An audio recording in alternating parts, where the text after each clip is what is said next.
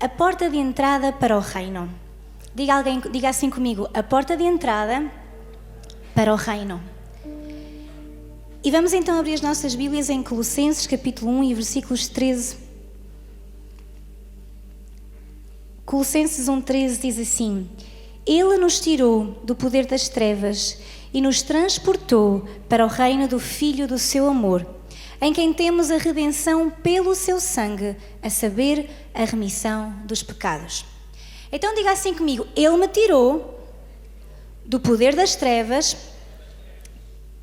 e me transportou para o reino do Filho do seu amor, em quem eu tenho, diga bem alto, em quem eu tenho a redenção pelo seu sangue, a saber, a remissão dos pecados.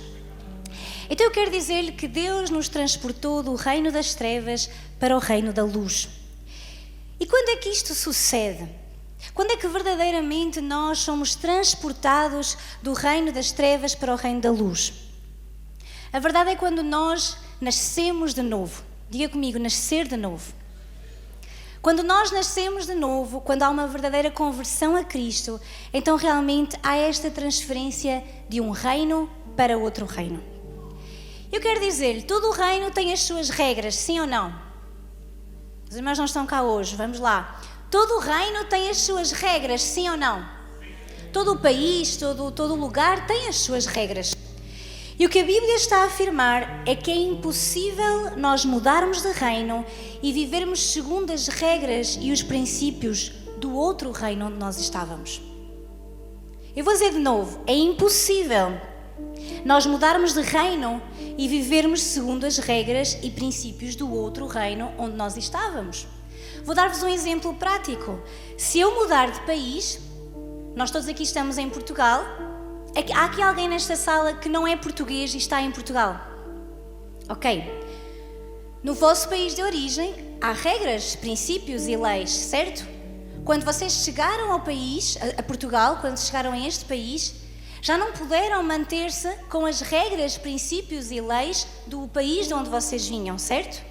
Quando nós chegamos a um país, nós temos que nos acomodar, nós temos que perceber, nós temos que nos informar sobre as leis desse país e nós temos que estar sujeitos a essas leis, sim ou não?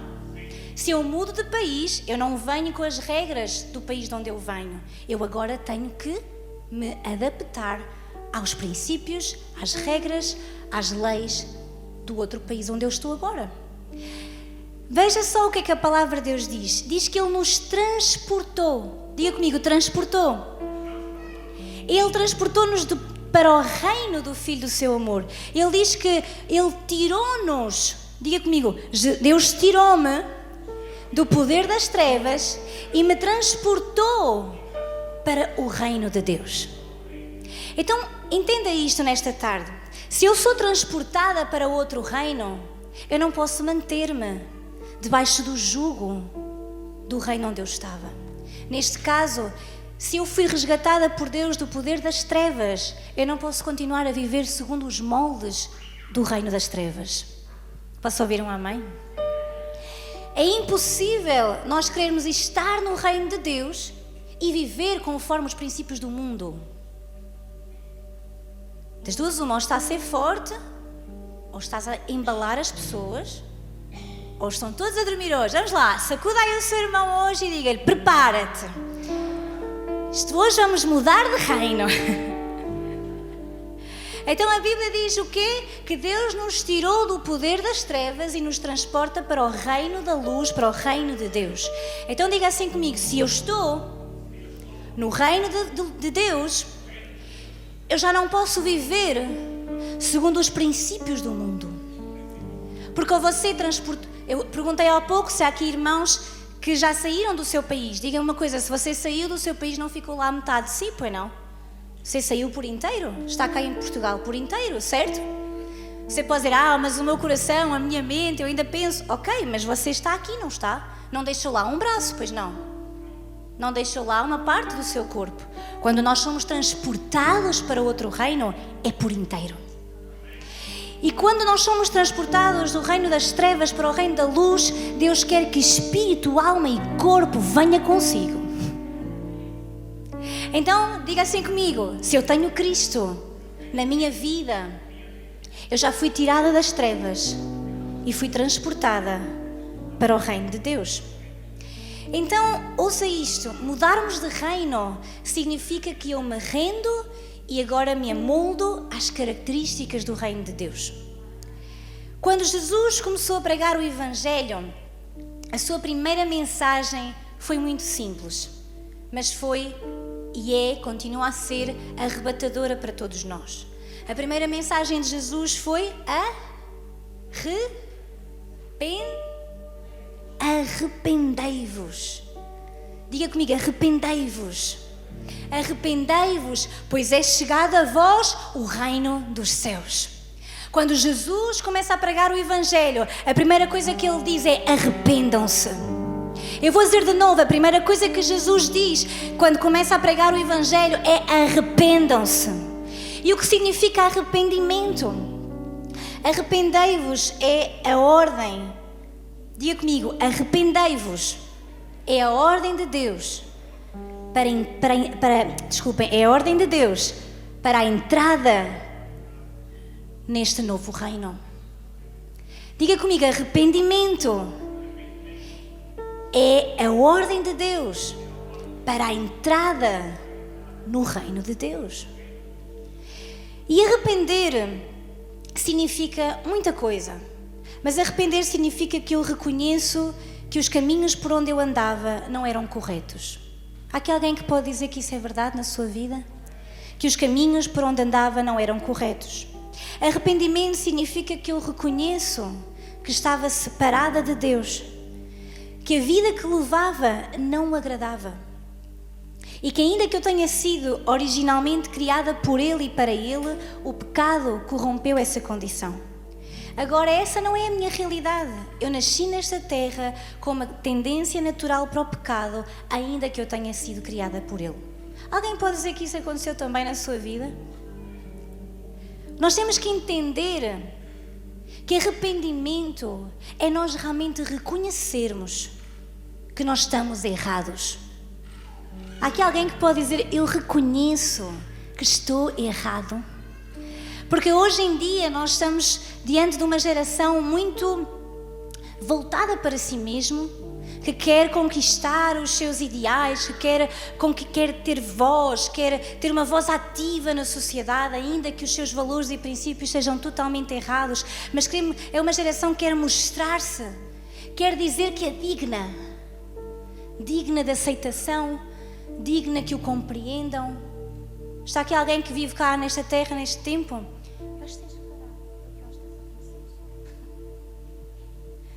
Os irmãos estão bem? Estão cansados? Ninguém já, há um bocadinho, ouvi um bocadinho, isso foi bom. Então diga assim comigo: hoje eu vivo neste mundo, eu vivo nesta terra, e a tendência natural do ser humano é o pecado, sim ou não? Amém. Então, a Bíblia mostra-nos que a primeira mensagem de Jesus é o quê? É o quê? Diga bem alto: arrependimento. A primeira coisa, então, que eu preciso de reconhecer é a minha condição pecaminosa. Você e eu temos uma condição pecaminosa. Eu estava a dizer que nós vivemos num tempo, vivemos numa geração que quer afirmar-se e quer declarar que é digna de aceitação, digna de compreensão. Mas eu quero dizer, nenhum de nós é digno de nada. Porque você e eu estamos apartados de Deus. A nossa condição é pecaminosa. Arrependimento também significa mudança de pensamento. Diga assim comigo: arrependimento, mudança de pensamento. O arrependimento também implica que eu mude a minha forma de pensar. A forma como pensamos, e agora escute isto com atenção, a forma como nós pensamos é a forma como nós atuamos. A forma como você pensa é a forma como você vai atuar na vida. Sim ou não? E os nossos pensamentos refletem muito quem nós somos. Muitas pessoas têm maus pensamentos, más palavras, cometem pecado e depois dizem: mas Deus sabe que eu sou boa pessoa. Ele conhece o meu coração. Você já ouviu alguém dizer assim?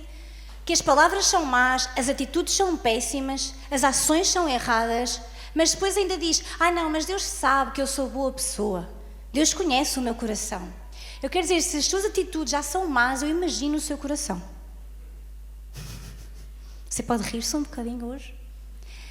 Se as suas atitudes são más, se os pensamentos são maus, se as palavras são más, eu imagino o seu coração. Porque a Bíblia diz que do coração procede tudo aquilo que eu faço. Posso ouvir um amém? Do coração procede tudo aquilo que eu faço. Do coração procede tudo aquilo que eu cometo nesta terra. Então, é impossível eu agir de uma forma e dizer que o meu coração é de outra. Porque do meu coração flui aquilo que eu faço. Do meu coração flui aquilo que eu digo, aquilo que eu penso, aquilo que eu digo aos outros. A forma como eu me comporto procede do meu coração. Diga assim comigo: arrependimento é um assunto do coração. Diga a alguém que está perto de si para ajudá-lo nesta tarde: arrependimento é um assunto que tem a ver com o teu coração. O arrependimento, diga a ele, o arrependimento não é externo. O arrependimento não é só para ficar bonito. O arrependimento não é só uma palavra bonita. O arrependimento é aqui dentro no teu coração. Uau, já está a começar a melhorar, amém? Os irmãos conseguem mais um bocadinho? Então, arrependimento também significa mudança de pensamento. Porque do coração, diga comigo, do coração procede tudo o que eu faço e o que eu digo. Por isso, meu irmão, quer dizer, não se engane. O seu coração não é bom apesar de você fazer coisas más. Escute, não pode dizer eu faço coisas más e depois digo, mas apesar de tudo o meu coração é bom. Você já ouviu alguém dizer assim? Ou você próprio já disse isso? Eu até faço coisas más, mas apesar de tudo isso, lá dentro eu tenho um bom coração. Alguém se identifica com esta frase? Eu faço coisas más, eu digo coisas más, mas lá dentro até tenho um bom coração. Diga comigo, arrependimento é um assunto do coração.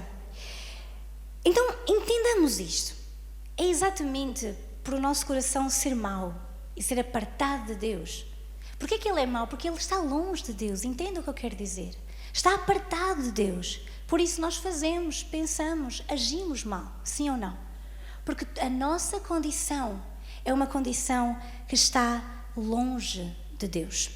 Eu não estou ainda a falar daquilo que Cristo opera em nós. Eu estou a falar da condição do ser humano. Da condição pecaminosa do ser humano. Então, eu quero lembrá-lo disto. Vamos pensar no nascimento de Jesus. Quando Jesus veio à Terra, é importante notar que os que o perseguiram foram exatamente as mesmas pessoas que o esperavam. Você já pensou nisto? Quando Jesus vem à Terra e Jesus começa a ser questionado por aquilo que ele prega, as mesmas pessoas que o magoam, as mesmas pessoas que o perseguem, as mesmas pessoas que o levaram até à morte de cruz, são exatamente as mesmas pessoas que esperavam por ele. Porque o povo estava à espera de um Messias, sim ou não? Estavam à espera daquele que ia ser o seu libertador e que ia tirá-los do jugo dos romanos. E eles pensavam que aquele rei viria em glória, em poder, em majestade e ia exterminar com o povo.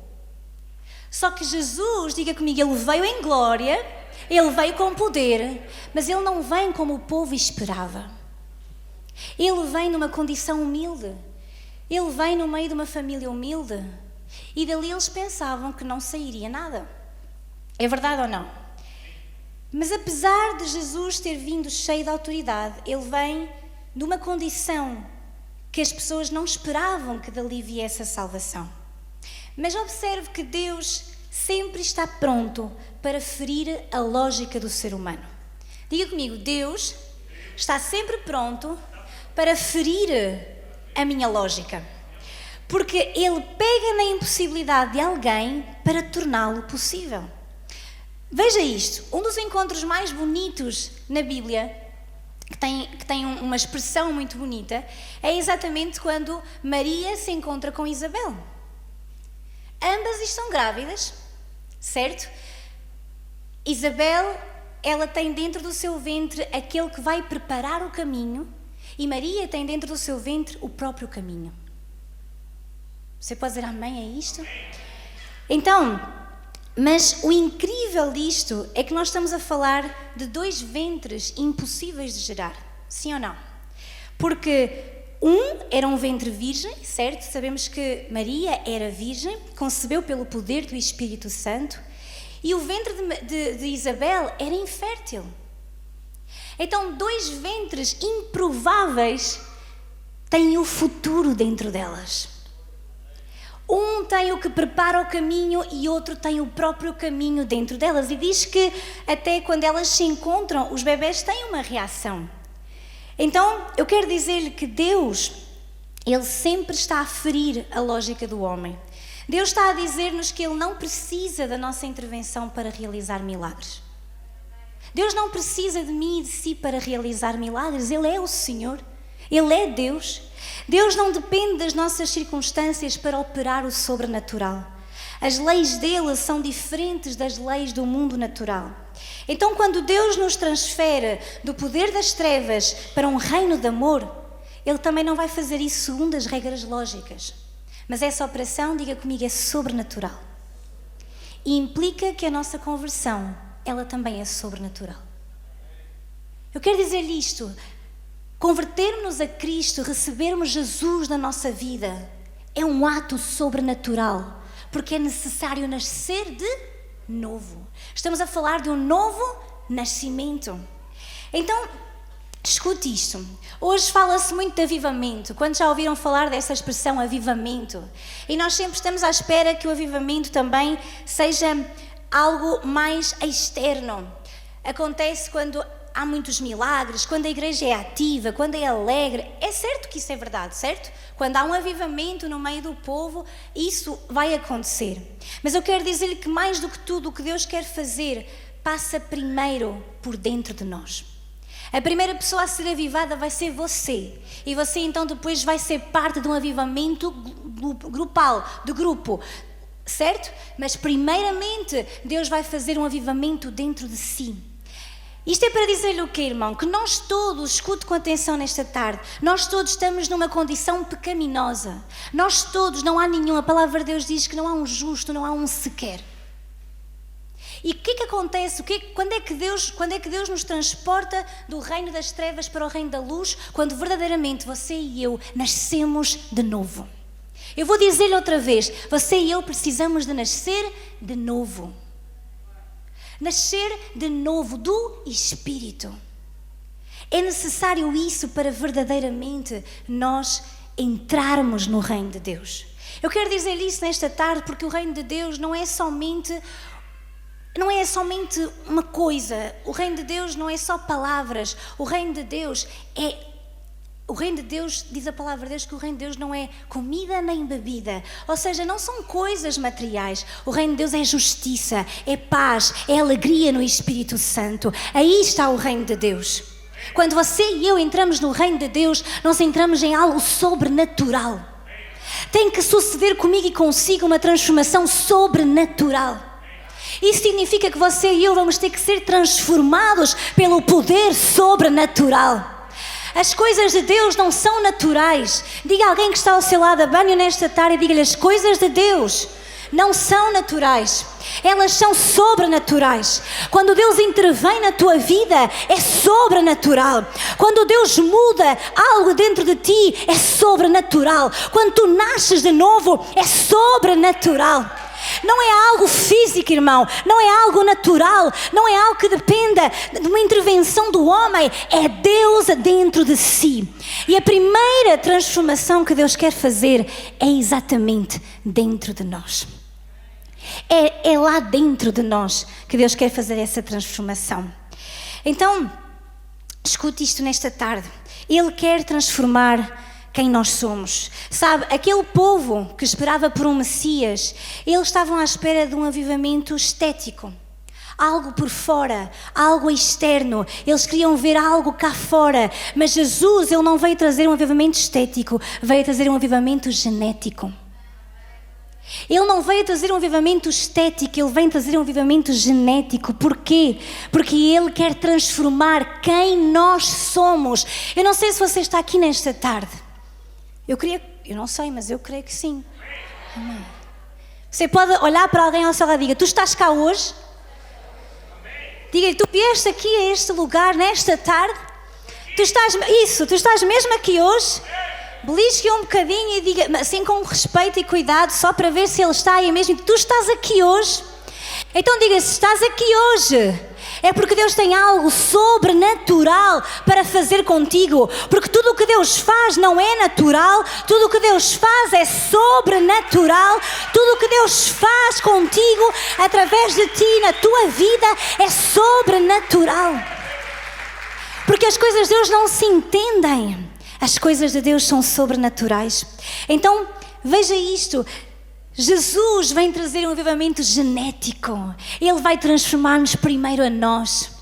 Isso depois vai sair cá para fora, sim ou não? Por isso há pouco eu dizia, não vale a pena ter más atitudes e dizer que temos um bom coração. É lá dentro que a transformação ocorre e isso passa para fora. Porque a transformação que vem de Deus é uma transformação de dentro para fora. Diga comigo: de dentro para fora. Então, primeiramente, Ele vai transformar quem nós somos. Ele quer dizer à lógica humana que é possível uma transformação de dentro para fora. Quando há o quê? Quando há um novo nascimento. Eu quero dizer nesta tarde, a única coisa que vai transformar a sua vida é você nascer de novo. Eu vou dizer de novo, sabe, muitas vezes as pessoas vêm à igreja à procura de uma resposta, à procura de uma solução para um problema. Às vezes as pessoas vêm a Deus porque estão aflitas, porque querem uma resposta para aquele acontecimento. Mas eu quero dizer-lhe, a melhor coisa, e tudo começa com Deus, tudo começa lá dentro. Tudo começa dentro de si. A primeira transformação é dentro de si. A primeira transformação é no seu interior. Depois sim, as coisas fluirão para o exterior. Mas tudo começa dentro de nós. Amém? Muitas pessoas dizem, e veja se já conhece esta expressão, muitas pessoas dizem que são assim e já não conseguem mudar. Você já pensou desta forma? Ou alguém já lhe disse: eu sou assim, já não mudo. Já não consigo mudar. Já é como eu sou. Ainda podemos acrescentar, tem a ver com o nosso caráter, tem a ver com o nosso temperamento, tem a ver com a forma como nós somos. Eu sou assim. Já ouviu alguém dizer isso? Vamos, ajudem-me lá. Ou então você já disse isso também. Eu sou assim e já não mudo. Mas eu quero dizer-lhe, se tem esse pensamento, vou ser audaz. Deixam, permitem-me. Se você tem esse pensamento é porque verdadeiramente nunca se arrependeu. Porque arrependimento é eu reconhecer que estou errada, que os meus pensamentos e a minha vida não agradam a Deus. E eu arrependo-me, eu decido mudar. Eu decido que a minha vida com Deus não passará apenas por ter uma Bíblia e por ir à igreja, mas é uma mudança interna que começa cá dentro e se expressa para fora. Quantos querem essa transformação? Diga assim comigo: tudo começa com um novo nascimento.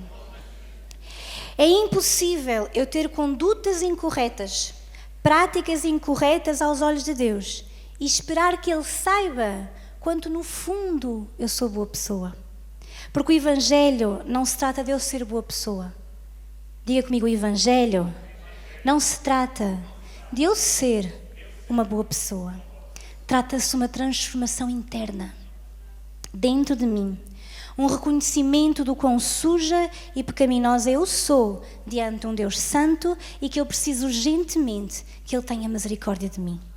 Há aqui alguém nessa condição hoje que diz: eu preciso que Deus olhe para mim. E eu preciso de olhar para mim e ver o quão eu preciso de Deus. Vamos ver Daniel capítulo 9 e versículo 18. Daniel 9, 18. Eu queria que nós pudéssemos ler juntos Daniel 9, 18. Se os irmãos encontrarem nas suas Bíblias, podem então, se não encontrarem, podem acompanhar aqui. Inclina, ó Deus meu, os teus ouvidos e ouve. Abre os teus olhos e olha para a nossa desolação e para a cidade que é chamada pelo teu nome. Agora diga comigo, porque não lançamos as nossas súplicas perante a tua face, fiados em nossas justiças, mas em tuas muitas misericórdias. Você pode ver bem esta parte? Nós não lançamos as nossas súplicas, ou seja, nós não nos apresentamos a Ti. Nós não apresentamos os nossos pedidos a Ti, perante a Tua face, baseados nas nossas justiças.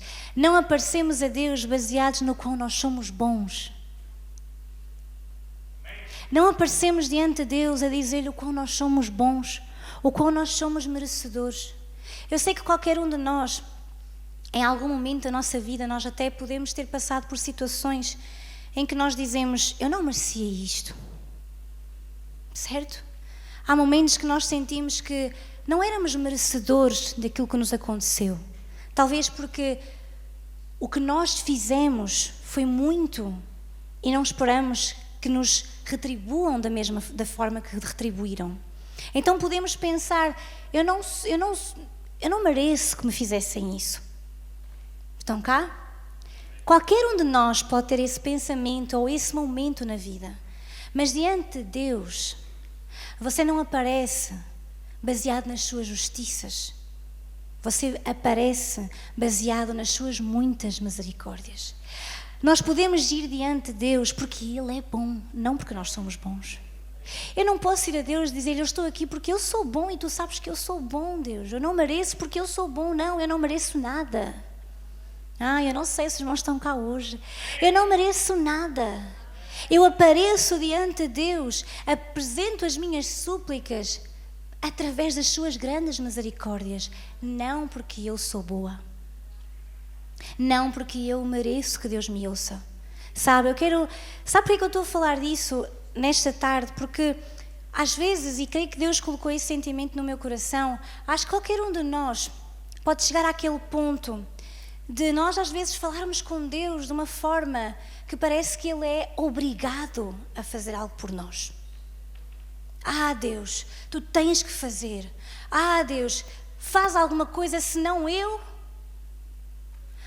Deus, responda, porque senão eu deixo de ir à igreja, deixo de crer em Ti. Se Tu não fazes nada, então eu. Você já teve esse tipo de pensamento? Já surgiu na sua mente? É difícil admitirmos, não é? Mas qualquer um de nós pode passar por isso. Porquê? Porque nós, muitas vezes, como seres humanos, aparecemos diante de Deus baseados nas nossas justiças. Mas a Bíblia diz, e se puderem por outra vez Daniel, capítulo 9, versículo 18, só para relembrarmos, diz, no versículo 19, por favor.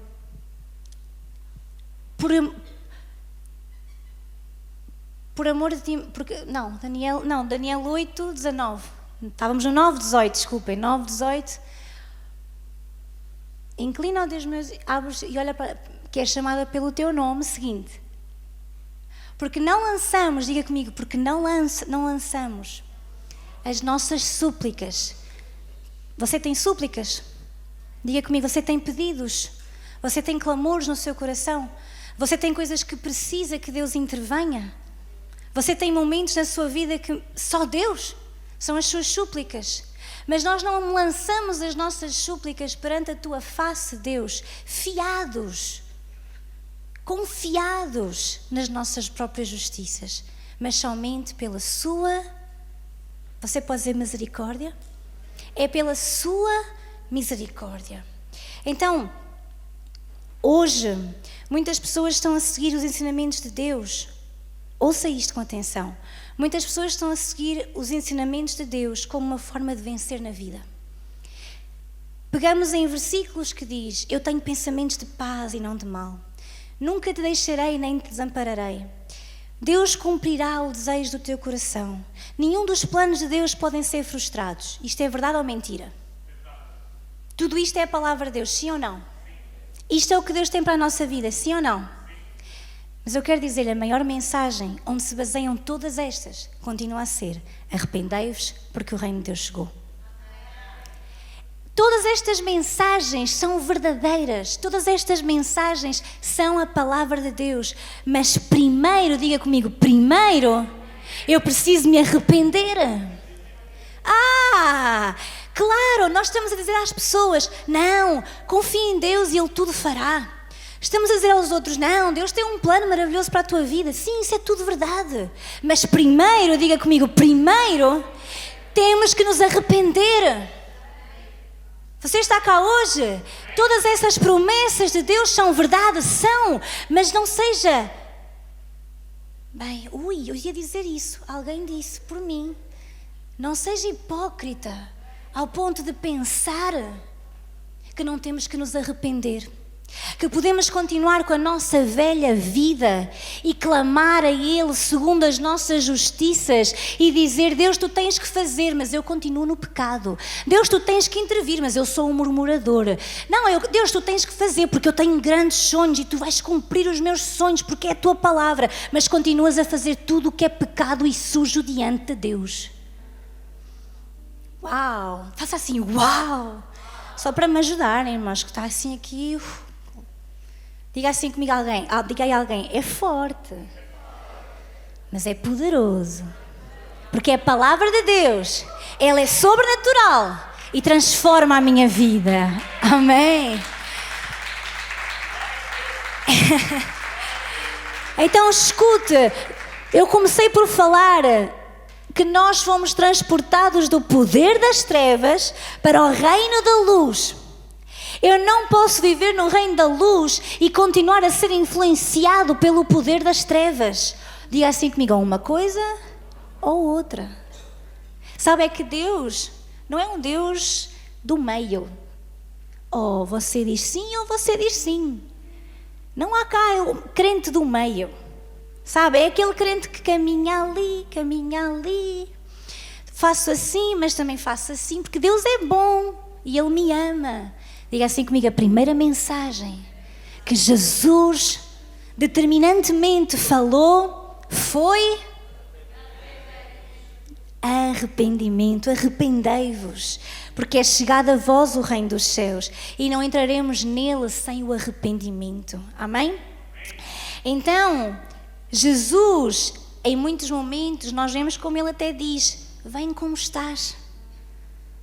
É verdade, Jesus está a dizer-te hoje, vem assim como tu estás.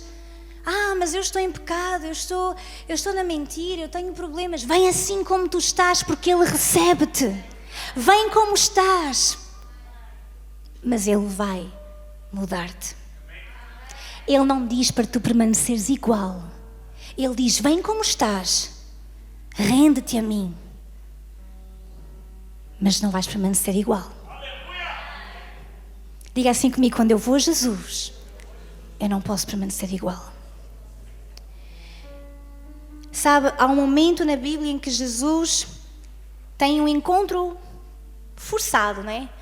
Mas apresentam-lhe alguém que foi apanhado em adultério. Queriam condená-la, queriam mandar-lhe pedras. Você já sentiu que as pessoas querem condená-la e mandar-lhe pedras? Não se preocupe, já era assim também antes. E aquela mulher foi exposta e queriam mandar-lhe pedras, por causa que assim era a lei, quando fossem apanhadas naquela situação. Jesus, resumidamente, não manda nenhuma e não permite que mandem, só por causa de uma coisa que Ele diz. Quem nunca tiver pecado, então pode atirar-lhe a primeira pedra. E todos tiveram que reconhecer que todos já tinham pecado. E então diz que do mais velho ao mais novo foram deixando as pedras e não o condenaram. Aquela mulher foi perdoada, sim ou não? Mas Jesus disse-lhe, vai e não peques mais. Ele chamou aquela mulher ao arrependimento. Ele não disse, mulher, coitadinha de ti, pobrezinha de ti, o que te fizeram. Tu és tão boa pessoa. Tu és tão querida, eu sei que lá no fundo tu até não fazes isso por mal. Vai em paz, filha, vai para a tua vida. Foi isso que Jesus disse? Jesus disse, eu não te condeno. Vai e não peques mais. Jesus, Ele não consente com o pecado. Deus ama, sim ou não? Claro que sim. Mas Deus não permite que continues no pecado. Todas as promessas que Deus tem na sua palavra, Ele quer cumpri-las? Sim. Mas primeiro, arrependimento. Diga comigo, primeiro, arrependimento. Então escute isto, às vezes nós estamos a repetir versículos bíblicos.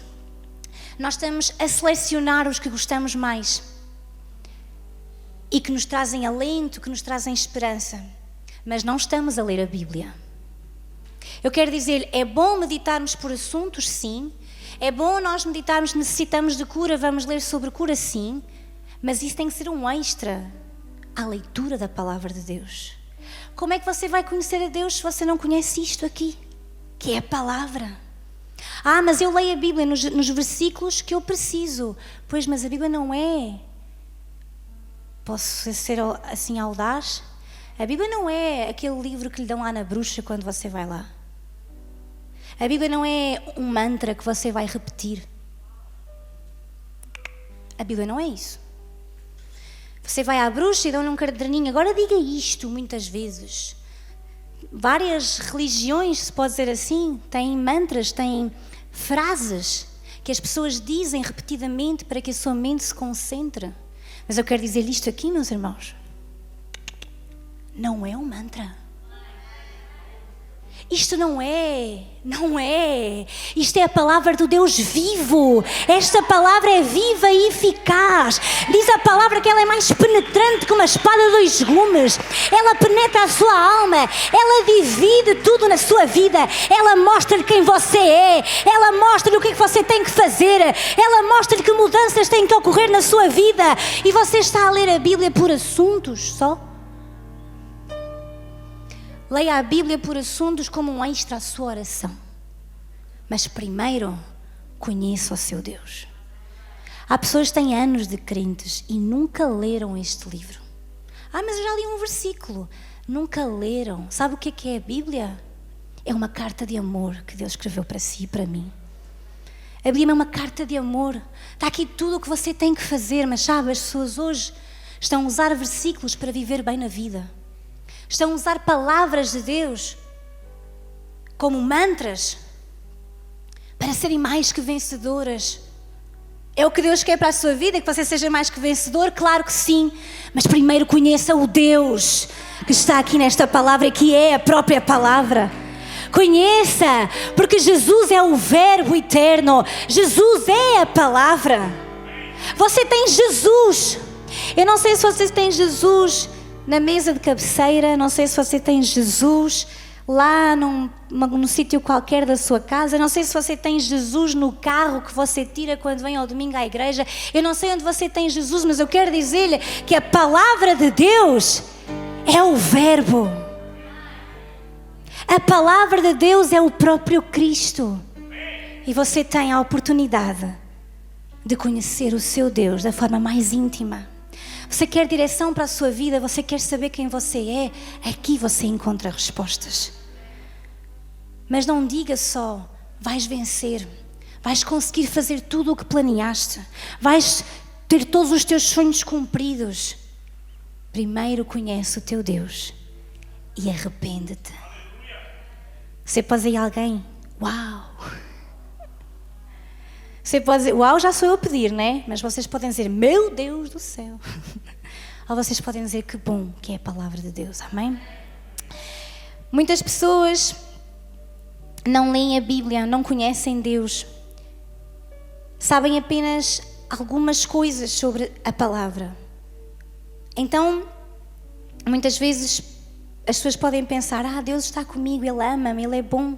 E isso é tudo verdade. Diga comigo, isso é verdade. Ele ama-me, Ele é bom, Ele ama-me, Ele é bom. Diga a alguém que está ao seu lado, Ele ama-te, Ele é bom, Ele ama-te, Ele é bom, mas Ele espera de ti e de mim arrependimento, mudança de vida, mudança de pensamento. Amém? Abra aí a sua Bíblia em Romanos capítulo 12. Romanos capítulo 12 e versículo 1. São versículos bem conhecidos. Romanos capítulo 12, versículo 1. Já encontraram? Romanos 12, 1 diz: portanto rogo-vos, irmãos, pela compaixão de Deus, que apresenteis os vossos corpos como sacrifício vivo, santo e agradável a Deus, que é o vosso culto racional. E não vos conformeis com este mundo, mas transformai-vos pela renovação do vosso entendimento, para que experimenteis qual seja a boa, agradável e perfeita vontade de Deus. Quantos querem experimentar a boa, agradável e perfeita vontade de Deus? Se você quer, diga: eu quero. Você quer? Mas para isso, para experimentarmos a boa, agradável e perfeita vontade de Deus, vamos ler lá em cima o que é preciso fazer, pode ser? O que é que nós lemos? Apresenteis os vossos corpos como sacrifício vivo, santo e agradável a Deus. Uau! Apresentem os vossos corpos, ou seja, renda-te, entrega-te a Ele. Como um sacrifício vivo, santo e agradável a Deus, que é o vosso culto racional. Sabe quando é que você tem que apresentar esse sacrifício? Diga comigo: diariamente, todos os dias. Ali estou eu, em sacrifício vivo, diante do meu Pai. Diz que é apresentar os corpos diariamente. Depois diz: e não vos conformeis com este mundo. Não se amoldem aos padrões do mundo. Não se conformem, não se habituem, não aceitem este mundo. Eu quero dizer-lhe, a palavra de Deus está a dizer-lhe: não aceites este mundo, não te conformes a ele. Mas todo mundo faz assim. Mas a Bíblia diz: não te conformes, não te amoldes, não faças igual ao que o mundo faz, mas transformai-vos. Aí diz que Deus vai transformar-nos? Não. Diz: transformai-vos, vocês transformem-se. Então você pergunta: e como é que eu me transformo? Pergunte lá: como é que eu me transformo? A Bíblia responde-nos: transformai-vos pela renovação, através da renovação do vosso entendimento. É quando tu renovares, quando você e eu renovarmos esta mente, pensarmos como Deus pensa e não como o mundo pensa. Sabe, é muito estranho como Deus pensa.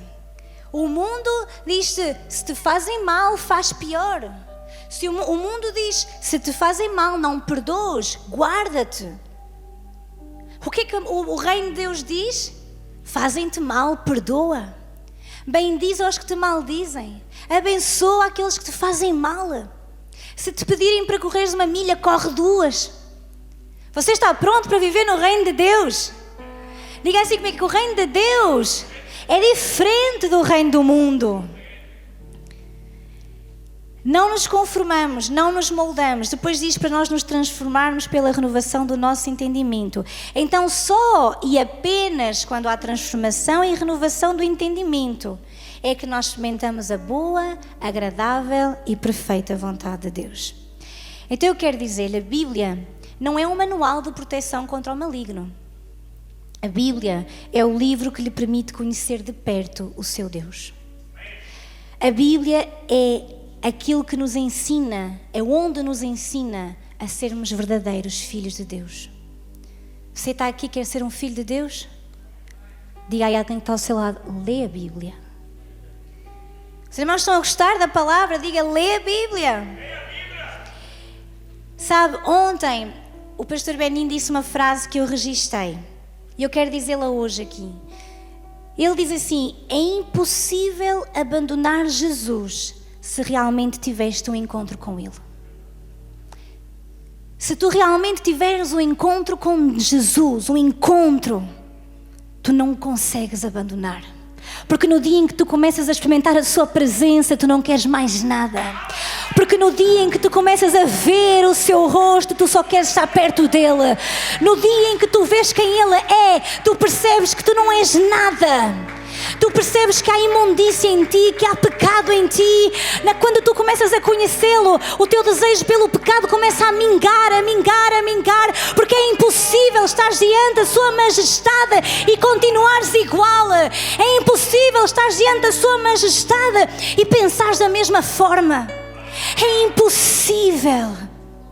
Quando tu começas a conhecê-lo, tu mudas sim ou sim. Quando tu tens um encontro com Jesus, tu não podes mais permanecer com os mesmos pensamentos. Como é que nós pensamos que podemos ter Deus na nossa vida e ao mesmo tempo tanta imoralidade, tanto pecado, tanta malicência? Como é que conseguimos fazer as duas coisas? É impossível. Porque no dia em que tu tens um encontro com Deus, tu percebes o quão suja tu és, o quão sujo nós somos. E começamos a dizer: Deus, não, eu quando me aproximo de Ti, eu só consigo perceber a minha condição. Assim, nós precisamos nos sentir. É impossível estar na Sua presença e continuar igual. Eu quero dizer, se é verdade que estiveste na presença de Deus, isso vai ter que provocar uma mudança em ti. É impossível. Muitas pessoas vêm à igreja, adoram, louvam, fazem a festa, fazem tudo. Quando saem destas portas, elas estão a murmurar, estão a agir mal, estão a falar mal do próximo, estão a denegrir a imagem de alguém. Eu garanto-lhe que essa pessoa não teve um encontro com a presença de Deus. Ui! Fala tudo o que eu deixo. É impossível que você venha à casa de Deus, tenha uma verdadeira experiência com Deus e sair destas portas e murmurar contra alguém, agir de uma forma errada, dizer mal dos seus pastores, das suas autoridades, dos seus irmãos. É impossível. Se isso acontece, então eu quero dizer-lhe: você não teve uma experiência com Deus. Porque no momento em que você conhece a Cristo, você consegue perceber: meu Deus, oh meu Deus, como eu sou e o quanto eu preciso de Ti. Sabe, isto tem queimado muito em meu coração. Deus, eu não quero permanecer igual. Como é que é possível? Como é que é possível nós acharmos, clamarmos por um avivamento, clamarmos: vem Deus, faz milagres, usa-me? Como? Se Deus é tão santo e nós permanecemos em tanta imundícia. Diga comigo: ai Jesus.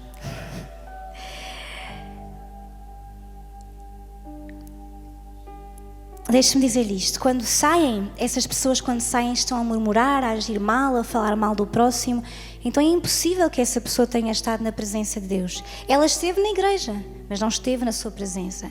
Ela esteve diante de um palco de emoções da sua própria vida, mas não na presença de Deus. Porque muitas pessoas não estão na presença de Deus, estão diante das suas próprias emoções. Porque se verdadeiramente tivermos um encontro com Deus, tem que começar a produzir uma mudança em nós. Você não pode dizer continuamente: já não vou mudar, não consigo mudar. É a presença de Deus dentro do seu coração, dentro de si, que começa a produzir a mudança. A primeira coisa que Deus vai fazer é transformá-lo a si. Diga comigo, põe assim a sua mão e diga: a primeira coisa que Deus quer fazer é transformar-me a mim, dentro de mim.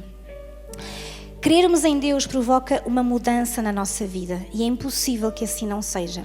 Então porquê é que muitas pessoas dizem estar no reino, mas não há mudanças nelas? Porque uma coisa é você dizer que crê no que Jesus fez por si. Há muitas pessoas que acreditam que Jesus morreu, ressuscitou, que um dia Ele voltará. Mas uma coisa muito diferente é você crer em Deus a tal ponto que lhe renda a sua vida. Eu posso acreditar em muitos milagres. Eu posso acreditar que há milagres, que Deus faz milagres, mas eu mesmo assim eu posso nunca render a minha vida. Eu queria convidar-vos a abrir a vossa Bíblia em Mateus capítulo 19. Já estou quase a terminar. Diga aleluia. Aleluia. Obrigada. Diga assim, Mateus 19, 16, e vamos ler Mateus 19, 16 até ao versículo 26. E tem uma história aí muito bonita. Uma história que podia ser qualquer um de nós. 19, 16. Ora, aproximou-se dele um homem e lhe perguntou: Mestre, que bem farei para ter a vida eterna? Respondeu-lhe Jesus: Por que é que me perguntas a respeito do que é bom? Bom só há um. Diga comigo, uau. Então diga bem alto, bom, só há um. Se queres, porém, entrar na vida, obedeça aos mandamentos. Aproxima-se um jovem de Jesus e pergunta-lhe, mestre, que bem farei? Ele pensava que pelas coisas boas que ele fazia, ele tinha acesso à vida eterna. Então ele diz, que bem eu farei para ter a vida eterna? E Jesus diz logo, por que é que me falas de coisas boas? Bom, há só um. Bom é só Deus. Mas se queres, porém, entrar na vida, obedece aos mandamentos. Perguntou-lhe ele, quais? E Jesus respondeu, não matarás, não adulterarás, não furtarás, não dirás falso testemunho, honra o teu pai e a tua mãe e amarás o teu próximo como a ti mesmo. Disse-lhe o jovem, a tudo isso tenho obedecido. O que é que me falta ainda? Sabe, eu encontro neste jovem não só uma sede de até agradar a Deus, como ele próprio estava insaciável. Faltava-lhe qualquer coisa, porque ele já fazia aquilo tudo, mas mesmo assim lhe faltava alguma coisa. Você lembra-se de um anúncio há uns anos que falta um bocadinho. Lembra-se? Era um danoninho. Faltava-lhe qualquer coisa, faltava-lhe um pouquinho assim. E Jesus então disse-lhe Jesus, versículo 21, se queres ser perfeito, vai, vende tudo o que tens, dá-o aos pobres e terás um tesouro no céu. Então vem e segue-me. O jovem, ao ouvir essa palavra, saiu triste, porque possuía muitas propriedades. Veja, este jovem queria agradar a Deus, sim ou não? Ele queria conhecer como é que ele ia para o céu, como é que ele fazia para herdar a vida eterna, que coisas boas ele tinha que fazer. Você já se questionou sobre isso? O que é que eu tenho que fazer? E Jesus dá-lhe um conjunto de mandamentos. Ele acreditava em Jesus, ele acreditava em Deus, sim ou não? Porque ele cumpria os mandamentos, ele acreditava nele. Só que quando chegou a hora de render-se, diga assim comigo, ui. Quando chegou a hora dele se render, diz a Bíblia que ele saiu e não conseguiu render-se. Sabe, uma coisa é você crer que Jesus faz, que Jesus é. Outra coisa muito diferente é você render-se a Ele. Estão cá, irmãos?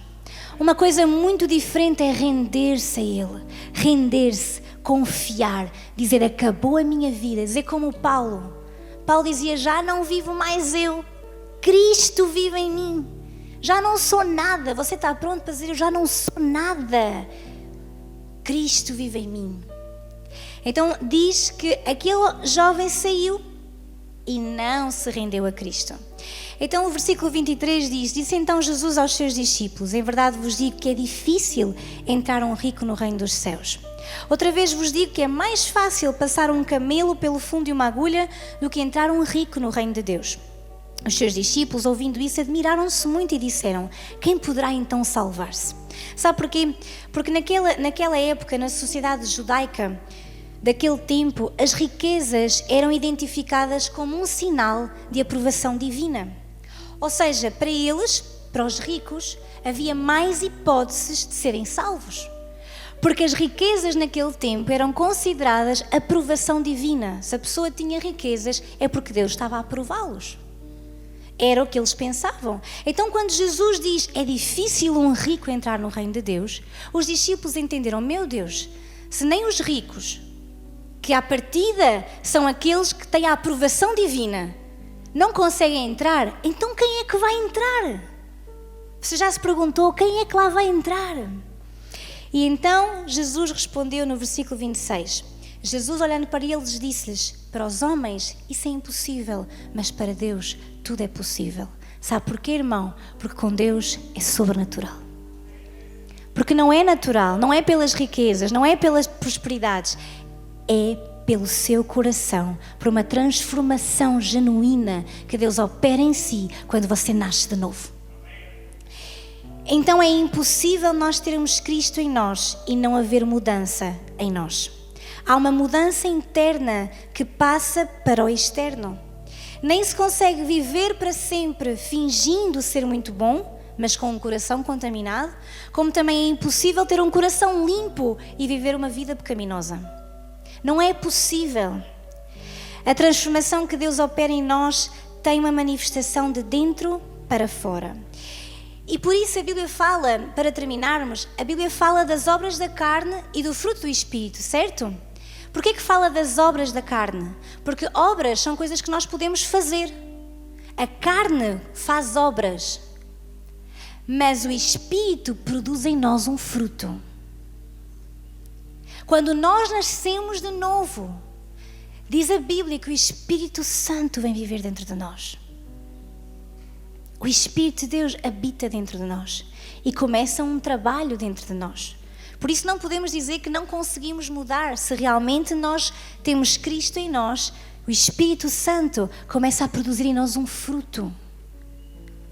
E esse fruto então manifesta-se em amor, em paz, em gozo, em longanimidade, em benignidade, em bondade.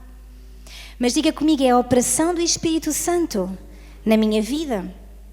Então, quando nós recebemos Jesus, quando nós nascemos de novo, o Espírito Santo vem habitar dentro de nós e começa a obra dele em nós. À medida que nós o conhecemos, que nós experimentamos dele, nós somos transformados de glória em glória. E o fruto, a manifestação dele dentro de nós, o caráter de Cristo, começa a fluir de dentro para fora. O fruto do Espírito não se dá só no nosso coração. Ele começa dentro de nós, mas ele vem para o externo. Começa a manifestar-se algo. Por isso diz que o fruto do Espírito, aquela lista que lá está em Gálatas, aquilo são as várias manifestações que o Espírito Santo tem dentro de nós. Através de nós, à medida que nós nos envolvemos mais com Ele. Sabe, eu podia trazer uma mensagem nesta tarde, sei lá, bem diferente. Mas a mensagem que eu lhe trago neste dia é: se há verdadeiro arrependimento no seu coração, algo novo começa a surgir dentro de si. Porque Deus opera algo sobrenatural. Quer dizer, eu sei que muitas vezes vimos a Deus com uma necessidade específica. Tudo bem, mas a primeira coisa que Deus vai fazer é transformá-lo lá dentro. Se você tem um encontro real, genuíno com Cristo, você começa a experimentar uma transformação dentro de si. E digo-lhe, é impossível. Eu quero perguntar, é impossível ou não? Quantos podem dizer, é impossível? Foi impossível na minha vida. No dia em que tive uma experiência verdadeira com Cristo, era impossível eu deixá-lo. E se você está aqui e diz, sim, eu tive essa experiência com Cristo, mas por um motivo ou outro eu abandonei, eu deixei. Eu quero perguntar-lhe, e lá dentro? Não havia nada que clamava? Não havia nada que lhe dizia, filha, filho, esse não é o caminho. O caminho é estar na minha presença. Nós precisamos de clamar pela presença de Deus. Nós precisamos de clamar para que haja uma transformação genuína dentro de nós, porque essa sim vai nos levar àquilo que Deus tem para a nossa vida. Quantos querem viver as coisas lindas e maravilhosas que Deus já preparou para si? Você quer viver? Não é nada externo, irmão. Não é nada para os outros verem. É algo que começa dentro de si. Hoje o Espírito Santo, se você assim o permitir, o Espírito Santo pode começar algo, uma obra nova dentro de si. Você pode dizer, já tenho Cristo há muito tempo, eu já nasci de novo. Então comece a clamar para que o Espírito Santo verdadeiramente habite dentro de si. Comece a ir no seu lugar a pedir perdão a Deus. Você vai ser lembrado hoje pelo Espírito Santo de coisas que continua a fazer, atitudes que continua a ter, comportamentos que continua a ter, pecado sobre pecado que você continua a cometer. E a todo o tempo o Espírito Santo está a dizer, basta. O Espírito Santo está a dizer, eu quero fazer algo novo na tua vida. Eu quero transformar-te. Mas tens que tomar uma decisão. Sabe, eu ouvi há pouco tempo alguém a dizer, o diabo, ele força as pessoas. O diabo obriga as pessoas. Mas Deus não. Deus permite que nós escolhamos. Deus permite que nós tomemos decisões. Ainda que Ele até sofra por ver os seus filhos tomarem decisões que não estão certas. Aquele pai, a palavra mostra-nos o filho pródigo, não é? Aquele pai que deixou o seu filho ir, permitiu que ele tomasse decisões e ele decidiu ir. Mas nós vemos que aquele pai estava ali, esperando que ele regressasse. Devia doer, sim ou não? Quem é pai ou mãe, com certeza saberá que devia doer ver que aquele filho foi. Onde estará ele? Sabe, hoje há redes sociais. Se o filho se fosse embora e começasse a fazer posts no Instagram, o pai ia saber onde é que ele andava, não é? E uma fotografia assim, uma selfie com os porcos.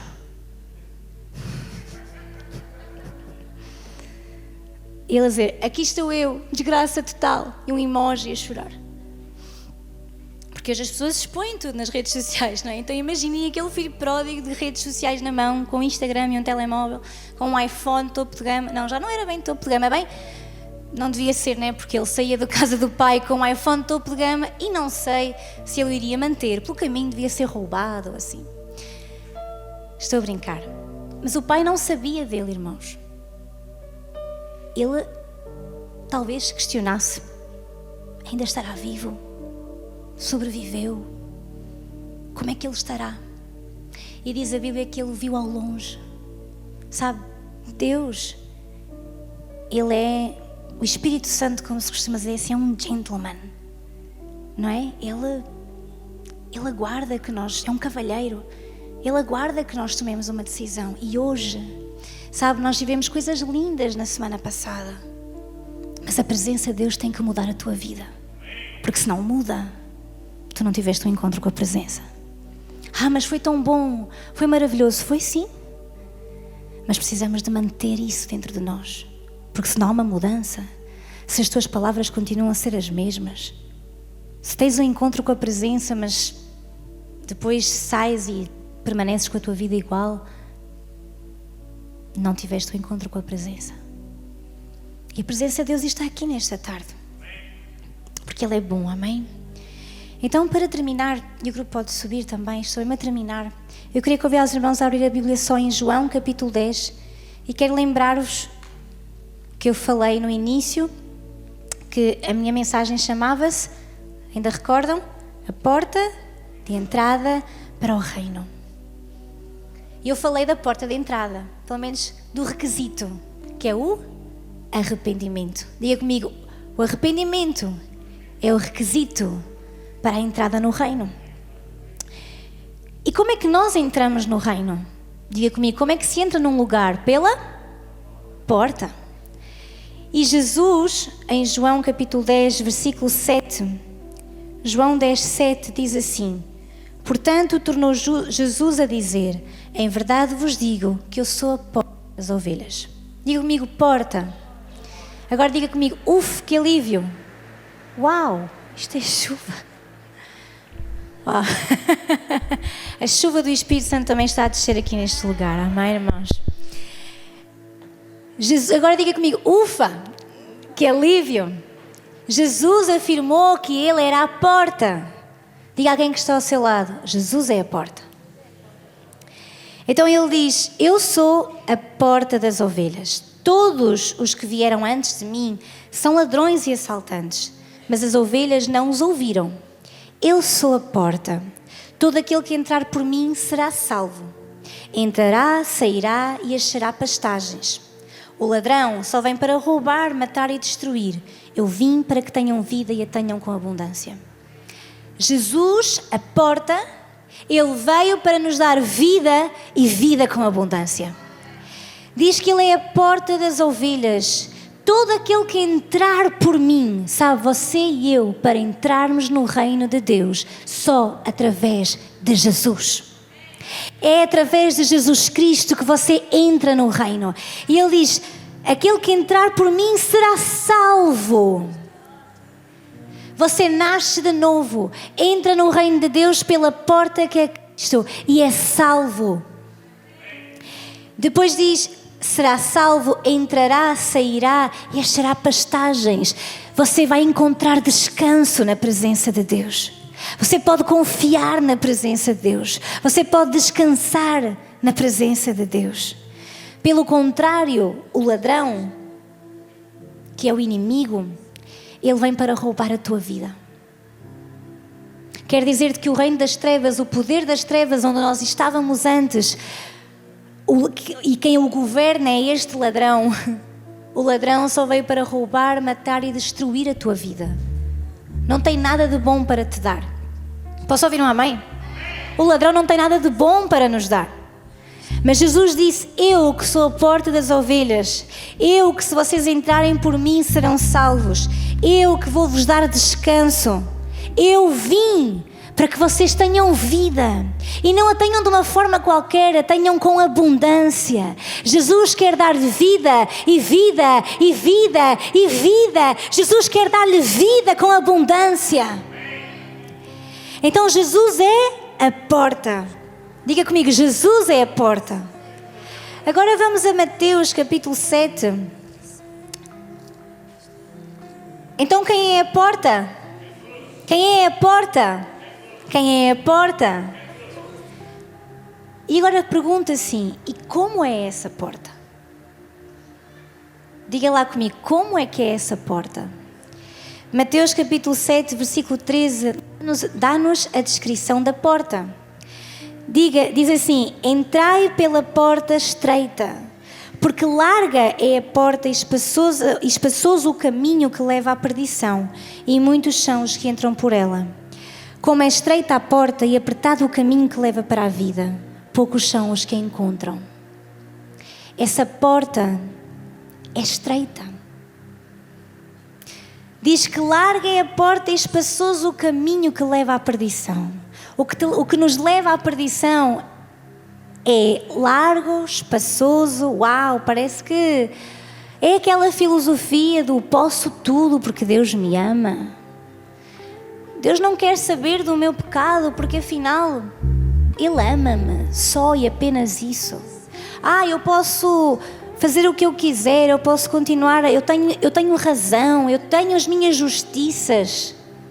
É largo o caminho, é espaçoso que leva à perdição. Mas a porta que nos conduz à salvação é estreita, o caminho é apertado, mas leva-nos à vida. Diga assim comigo, o caminho é apertado, a porta é estreita, mas leva-nos à vida. E qual vida? A vida com abundância que Cristo alcançou para nós. Ele veio para nos dar vida. Então Jesus, Ele identificou-se como sendo a porta para o reino. Eu quero dizer-lhe, só há uma entrada para o reino. Aqui não há a porta dos fundos. Não há uma porta pequenina onde eu posso escapar. Só tem uma escolha: Jesus. Então eu quero dizer nesta tarde, se você está aqui, se está a assistir-nos pela internet, se já veio muitas vezes, vem poucas, eu quero dizer-lhe, Jesus está à porta do seu coração. Porque você também tem uma porta. A Bíblia diz que Ele está à porta do nosso coração. E Ele bate. Sabe, Ele não arromba a porta. Ele bate. E diz que somos nós que temos que escolher o que é que nós queremos. Eu quero dizer-te hoje, Jesus está à porta do teu coração. Está a bater. Dizer, filho, filha, estou aqui. Tenho coisas maravilhosas para a tua vida. Preparei um caminho maravilhoso para ti. Quero dar-te uma vida plena de abundância. Mas tu tens que tomar a decisão por mim. Tu tens que te render a mim. Não podemos ser como aquele jovem rico que podia fazer muitas coisas. Há pessoas que fazem muita coisa. Mas depois, verdadeiramente, não se rendem a Ele. Mas esta é a minha forma. Irmão, vamos ler a Bíblia? Vamos procurar a forma de Deus? Como é que Deus diz que é para fazer? Entrai pela porta. E a porta é Jesus. Nesta tarde, antes de nós terminarmos, baixa a sua cabeça aí diante de Deus. Eu não sei até que ponto esta mensagem pode ter tocado em seu coração. Ela tocou no meu. Eu quero dizer-lhe, Jesus é bom. Deus o ama. Ele está aqui nesta tarde. E Ele está pronto para fazer essa transformação na tua vida. Está na hora de tu decidires por Ele. Tomares essa decisão, Jesus. Você pode dizer, mas eu já tenho Jesus há muito tempo, eu já conheço a Bíblia há muito tempo, já conheço a palavra há muitos anos. Eu quero dizer-lhe, Jesus, Ele não tem que ser apenas o Salvador das nossas vidas. Ele tem que ser o Senhor da nossa vida. E se Ele é o Senhor, nós nos rendemos a Ele. Se Ele é o Senhor, rendemos a nossa vida. E reconhecemos que não podemos permanecer iguais. Talvez tu hoje estejas aqui e possas dizer, eu reconheço que há coisas que não podem continuar na minha vida. Elas não coincidem com a glória de Deus. Porque é impossível eu manter a presença de Deus e manter outras coisas que não têm nada a ver com Ele na minha vida. É impossível. Muitas pessoas pensam, eu sou assim, eu faço estas coisas, mas Deus está comigo. Eu quero dizer, é impossível, diante da santidade de Deus, você permanecer com o pecado. Porque o pecado e Deus, eles não combinam. Então, se você está aí no seu lugar, eu quero convidá-la a que você possa ter essa conversa com Deus. E dizer, se esse é o seu desejo, dizer, Jesus, ser o Senhor da minha vida. Eu reconheço a minha condição. Há tanta coisa que precisa ser mudada dentro de mim. E se você diz, está na hora, está no tempo de tomar essa decisão, está na hora de vivermos tudo o que Deus tem planeado para as nossas vidas, vou decidir hoje arrancar da minha vida o que não condiz com Ele. Mas você pode dizer, mas eu já fui tão magoada, eu fui tão ferida, eu guardei tantas coisas. Eu quero dizer, está na hora de se render. Quando você se rende, você perde os seus direitos. Quando você se rende, você perde a sua maneira. Quando você se rende, você perde até quem você é. Porque você se rende a Ele e diz, Deus, eu não sou perfeita, mas eu quero aproximar mais de Ti, conhecer-te mais.